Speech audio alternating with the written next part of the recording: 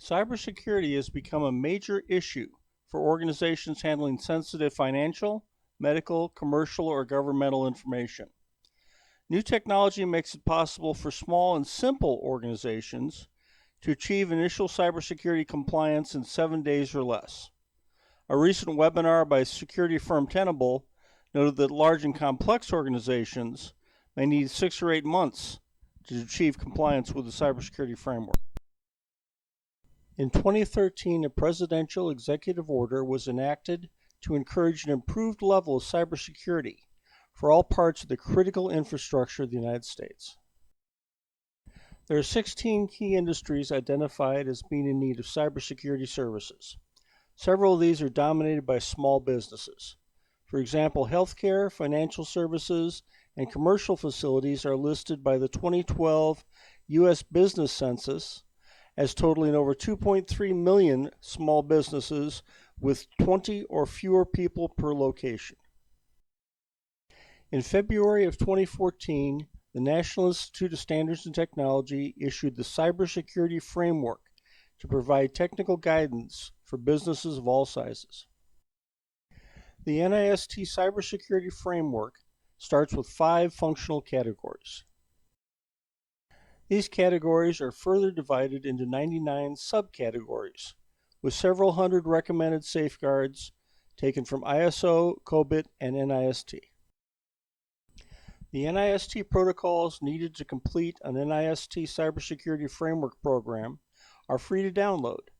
They are also voluminous and less than user-friendly. Millions of small businesses lack the technical sophistication to use the NIST documents directly. At the same time, small businesses are increasingly targeted for cyber attacks because they are easy targets. Using automation and software developed for larger firms, it is now possible to very quickly cybersecure a small site. Costs are modest, with single-site programs priced as low as $150 a month on a 3-year contract. Initial compliance is typically achieved in less than 7 days, with maintenance requiring only a few hours per month. Automation has both benefits and limits. For small, simple, and relatively uniform sites, automation can dramatically reduce the need for cybersecurity experts. Symantec has estimated a worldwide shortage of cybersecurity experts to approach 1.5 million persons by 2019. While powerful, automated systems are necessarily limited by their assumptions. Complex situations often cannot be standardized and will require expert customization. NIST 800-39, the flagship document of the NIST Information Security Program Series, notes on page 1 that managing information security risk is not an exact science. As noted on page 14 of the NIST Cybersecurity Framework Guidance document, the cybersecurity framework process can be boiled down into 7 steps. The first step in cybersecurity compliance is to locate sensitive data and inventory the current safeguards now used to protect that data. In general, sensitive data is anything that might be useful to a hacker. This includes any personally identifiable individual, medical, or financial information. The NIST cybersecurity process can be organized into 4 tasks. Assessing the status of initial safeguards is simplified using an online inventory form. While many safeguard titles are self-explanatory, clicking on the safeguard name will bring up a definition and links to other informational resources. Safeguards may be designated Yes, in place and working, Yes Alt, function is managed with a compensating control, No, the safeguard is not in place, or NA, the safeguard is not applicable or not appropriate for this site. Safeguards may be not appropriate due to cost, organization size, complexity, or the function may be handled using an alternate solution. The NIST process for selecting appropriate safeguards for an organization is called tailoring and is extensively described in Chapter 3 of NIST Special Publication 800-53 Rev 4, the Security and Privacy Controls for Federal Information Systems and Organizations. About half of the safeguards used in large organizations do not apply to small single-site cases. A lot of safeguards work on coordination between various groups or divisions that will typically not exist at a small business. Other safeguards are beyond the technical capability or need for a small site. Setting up a detonation chamber or engaging in covert channel analysis is beyond the capabilities of most small organizations. A PDF listing typical safeguard tailoring for a small site using the cybersecurity framework is in the Document Management Center. Other listings are available for sites regulated under FISMA, HIPAA, or GLIBA. Day 2 of the approach to cybersecurity compliance involves creating the initial information security risk assessment and determining acceptable levels of risk. The automated risk calculation engine combines with the online safeguards inventory to create a reproducible risk assessment in as little as a few hours. This compares favorably to the 2 to 3 days typically needed for a manual information security risk assessment. The automated risk calculation engine combines with the online safeguards inventory to create a reproducible risk assessment in as little as a few hours. This compares favorably with the 2 or 3 days typically needed for a manual information security risk assessment. Risks to the integrity, availability, and security of protected information are divided into environmental risks, human error risks, malicious insider, and malicious outsider attacks. Risks are designated as low, medium, or high. High risk scores are marked in red.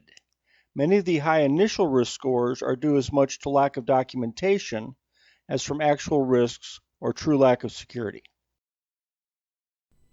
After the initial risk assessment, a list of needed safeguards must be created and prioritized. Information security audits in the long-regulated medical industry show that in addition to lack of a risk assessment, organizations lack secure information handling procedures and lack training in secure information handling. 7 or 8 key safeguards are typically identified as needing immediate action. Some of these safeguards, notably SI3 antivirus and CP9 information system backup, are typically in place but not fully documented. Other policies such as IR4 incident response may need to be created using examples based on other small business experience. Once identified, new safeguards need to be scheduled and implemented as resources allow. The 7 color-coded policy examples are readily modified to meet local conditions. Instructions in blue are deleted after use. Items in red are filled in as appropriate for the current site. While some example policies for larger sites exist, the inherent complexity of large sites requires much more expert customization. After management approval, policy safeguards are signed, dated, and disseminated to staff. Signed and adopted policies are uploaded to the Document Management Center.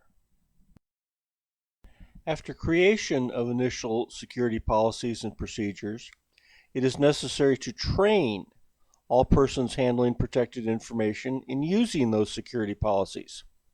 AT2 security awareness training in the initial policy safeguards is online and self-paced. Security training for all employees includes review of 25 key cybersecurity standards. Managers and technical staff may be provided additional training. After the AT2 self-paced online video training, a comprehension test is administered. To access the test, go to the web page designated by your testing manager. Click on the line Exam Participants. Enter the exam username and password you received from your testing manager. Use your mouse to select answers on the multiple choice test. After completing the exam, you will receive a certificate of completion showing that you have met the annual security awareness training requirement for this year. The status of the newly updated policy and training safeguards is recorded on day 5, followed by creation of a second risk assessment. Typically, the documentation and assessment will require less than an hour. Risk assessments following training, initial policy creation, and existing safeguard documentation will typically show a much improved risk status. Environmental and human error risks are significantly reduced by employee training and the documentation, and upgrading where necessary, of backup procedures. Risks due to malicious insiders and malicious outsiders usually remain undesirably high at this point in the process. Following initial policy implementation, malicious insider and malicious outsider risks are addressed using a perimeter intrusion prevention system.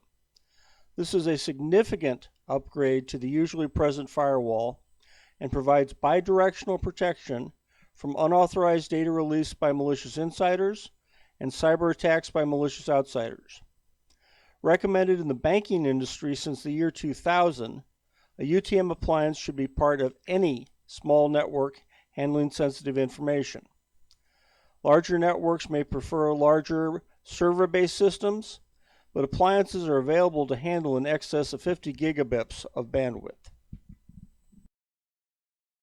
A number of inexpensive unified threat management appliances are available from reputable vendors such as current Gartner IPS leader Fortinet, Sophos, and Sonic Wall, now owned by Dell.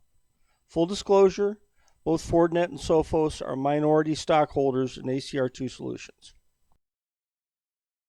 Following UTM installation, data from the first day of UTM unit operation is used to create an updated risk assessment. Following the input of the UTM data, a new risk assessment can be created by pressing the Finalize Answers button. After one full day of UTM activity, the organization should be able to document initial compliance. Risks in green are defined as being low and require only monitoring. Medium risks, marked in yellow, require remediation in a reasonable period of time, often defined by regulators as 1 year. The regulatory framework is a cyclical process of locating data, assessing risks to that data, identifying updated safeguards, and implementing those safeguards. Good practice calls for Step 4 risk assessments to be updated quarterly. NIST recommendations for appropriate safeguards are continuously evolving and are automatically updated in the ACR2 Cybersecurity Management System. The automated risk assessment software provides impact-sorted gap analysis of missing or undocumented safeguards as part of the report suite for each risk assessment report. This example shows a small site medical organization that went from a highly vulnerable condition to full NIST cybersecurity compliance in just over 7 months. Other cybersecurity issues may exist for particular organizations. The ACR2 Automated Risk Management System is currently under evaluation for certification as a qualified anti-terrorism technology by the Department of Homeland Security. This will primarily affect federal contractors. In the long-regulated medical industry, some estimates calculate that a majority of data breaches are perpetrated by subcontractors and business associates. The automated ACR2 risk management system can be used to manage risks for groups of sites and groups of groups. Existing ACR2 customers are currently able to handle security for dozens of locations from a single console. While large multi-site systems can and have been handled using the software, it's largely directed to small sites and groups of small sites. Single location sites can be managed for as little as $150 a month, and group discounts are available. UTM devices are easily installed by almost any network administrator. North American resellers for Fortinet, Sophos, and SonicWall are shown in this slide.